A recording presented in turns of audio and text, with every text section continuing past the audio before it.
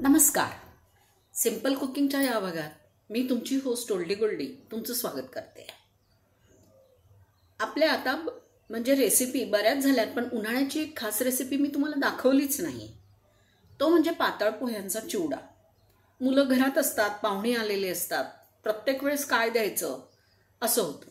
आणि आमच्या लहानपणी कोणी आल्यानंतर हा असा पातळ पोह्यांचा चिवडा दिला जात होता. त्याचं कारण हे आहे, पाहुणे आले की चहा किंवा पोहे, बिस्किट, कुकीज हा भागच त्या काळात नव्हता. मग हा चांगला कोठीभर चिवडा करून ठेवायचा आणि मुलांनी खायला भूक भूक म्हटलं की हा चिवडा द्यायचा. आलेल्या पाहुण्यांना वाटीभर चिवडा आणि 1 कप चहा असं त्याचं स्वागत व्हायचं. आता असा हा पातळ पोह्यांचा जुना चिवडा जरा आपण बघूया. ही रेसिपी आहे जुनीच, आहे पारंपरिक, पण आता नवीन मुलांना बाहेर पॅकेट्स मिळतात, तर मग हे त्यांना पण एकदा आपण खायला घातलं पाहिजे. तर चला बघूया मग पातळ पोह्यांचा चिवडा काय काय साहित्य लागतं त्याला. पातळ पोह्यांच्या चिवड्यासाठी मी हे पोहे घेतले आहे आणि माझं हे साहित्य इथे ठेवलेलं आहे. यामध्ये काही फारसं लागत नाही, घरामध्ये जे आहे तेच लागतं. हे डाळं, फुटाण्याचं डाळं, शेंगदाणे, त्याच्यानंतर कढीपत्ता, कापलेलं पातळ कापलेलं खोबरं, हा मी म्हणजे थोडंसं लिमसट घेतलेलं आहे, या मिरच्या, खसखस ही, आणि मीठ आणि साखर. तर आता आपण याची रेसिपी बघूया. साधी आणि सोपी रेसिपी आहे. अर्ध्या 1 तासात होणारी रेसिपी आहे ही, म्हणजे घरी तुम्ही मोठ्या प्रमाणावर केली तर. तर आता हे पातळ पोहे चांगले कुरकुरीत भाजून घ्यायचे. इतके भाजायचे की तुमच्या बोटांवर त्यांना असं क्रश केलं तर त्याचा छानपैकी असा चुरा झाला पाहिजे. तर हे पातळ पोह्यांचे आता मी जरा भाजून घेते आणि माझे पोहे भाजून झाले की तुम्हाला सांगते. पोहे आपले आता खूपच छान भाजून झालेले आहेत बघा.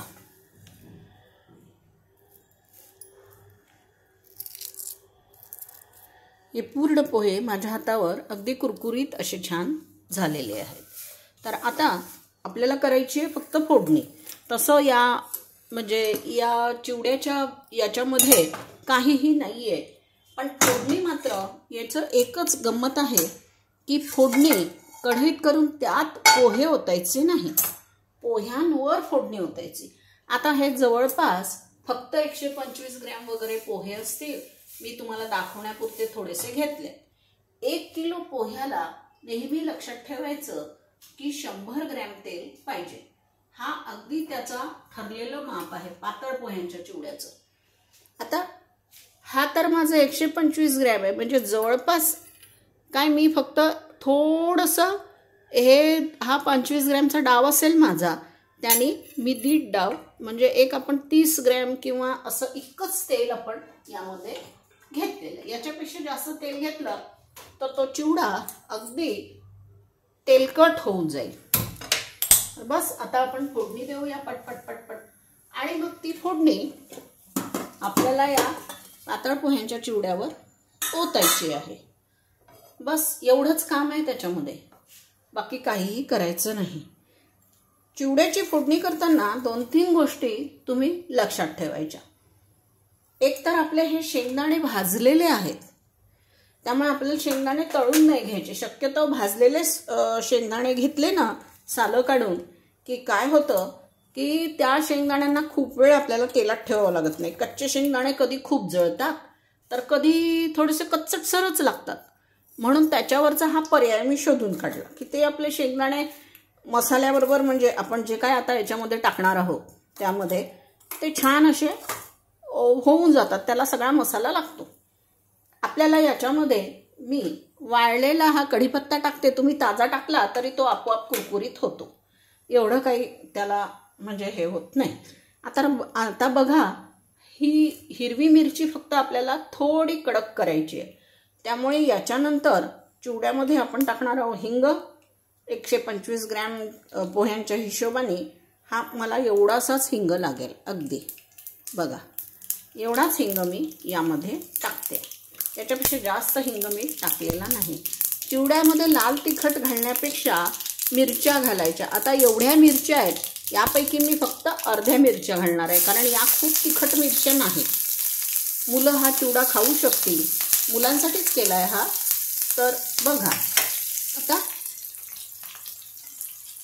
व्यवस्थित या मिरच्यांवर डाग पडेस्तोवर थोडंसं जरा आपण करून घेणार आहोत. मग त्या मिरच्या जेव्हा आपण त्या गरम पोह्यामध्ये घालतो, ह्या आताच तशा छान कुरकुरीत होतात.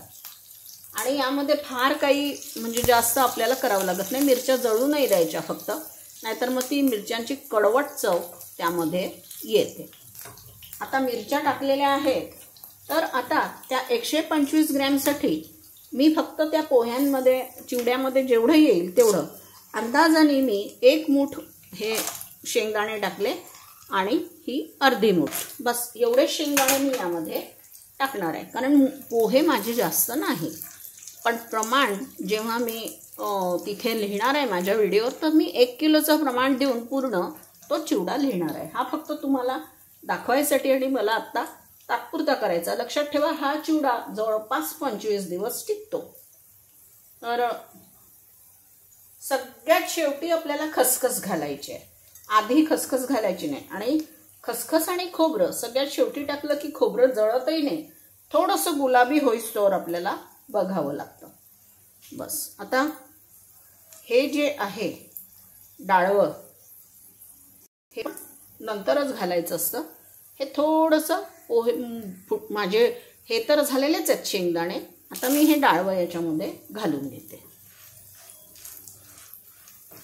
तसं तर डाळवं खुसखुशीत भट्टीतनंच भाजलेलं असतं, पण आता कसं आहे ना, तेलामध्ये टाकलं की ते आणखीन खुसखुशीत होतात, पण त्यांना जास्त वेळ आपल्याला खुसखुशीत करायचं नाही.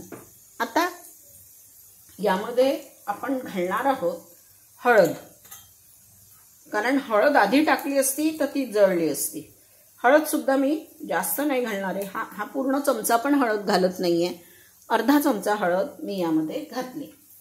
आता यामध्ये आपण हा थोडासा कढीपत्ता, हा बघा जवळपास तुम्ही म्हणाल तर मी 1 चमचा कढीपत्ता घातला.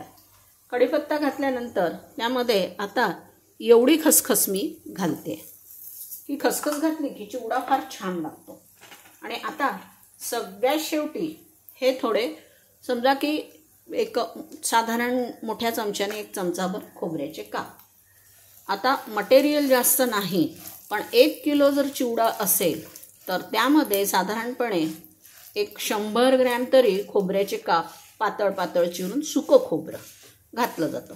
आता हे खोबऱ्याचे काप थोडे लाल होईस्तोवर आपण यामध्ये ठेवणार आहोत. आणि आता हे लिंबसट आहे, हे बघा तुमच्यासमोर मी घेते.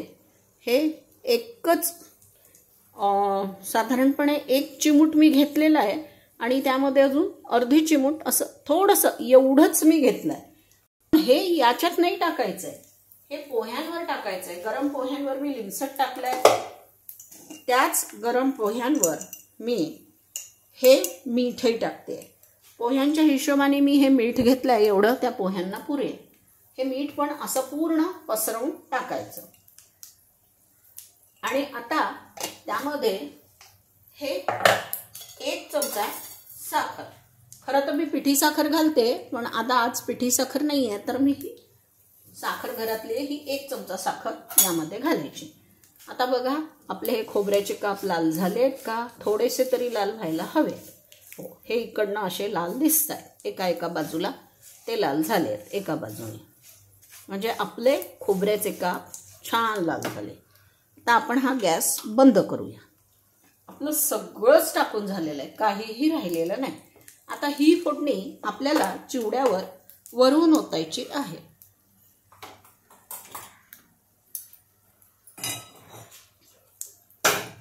हे पोहे मी तुमच्यासमोर घेतलेत आणि आता या पोह्यांवर मी ही फोडणी ओतून देणार आहे.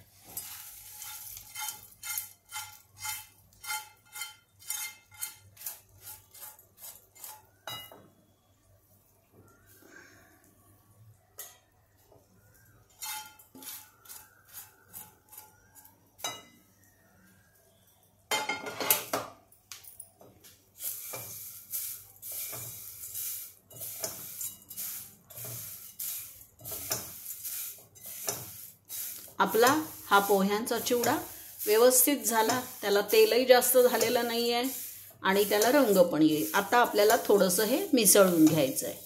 जोपर्यंत आपण हे पूर्ण व्यवस्थित, याला कालवायला वेळ लागतो थोडा, पण कालवल्यानंतर त्याची चव, थंड करायचा चिवडा आणि मगच तो खायला द्यायचा.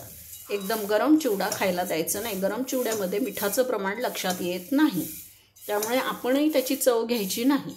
थोडासा थंड झाला की मग त्याची चव आपण घेऊ शकतो. तर आता हा माझा चिवडा तयार झाला.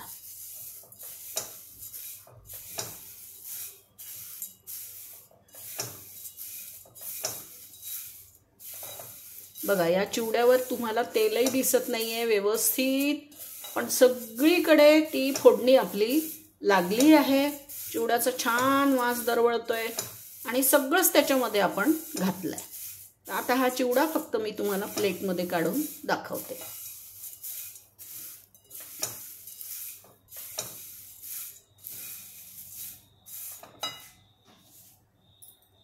हा पातळ पोह्यांचा चिवडा तयार झाला.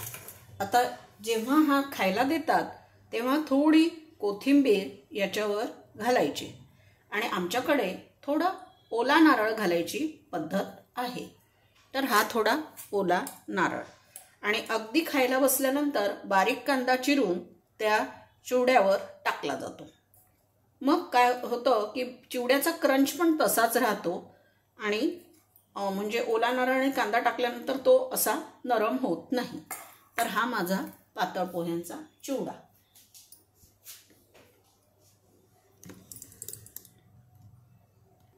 धन्यवाद. तुम्हाला ही रेसिपी आवडली असेल तर मला जरूर लाईक, शेअर, कॉमेंट आणि सबस्क्राईब करा. हा मी तुम्हाला जो चिवडा दाखवला हा माझा पारंपरिक साधा चिवडा आहे. आमच्याकडे जसा नेहमी होत होता तसा. अतिशय कुरकुरीत राहतो, 25 दिवस टिकतो, त्याला काहीही होत नाही. पूर्वी ट्रिपला, सहलीला जाताना हाच पदार्थ आम्ही बरोबर घेऊन जात होतो. सगळेच जण बहुतेक हे बरोबर आणतात.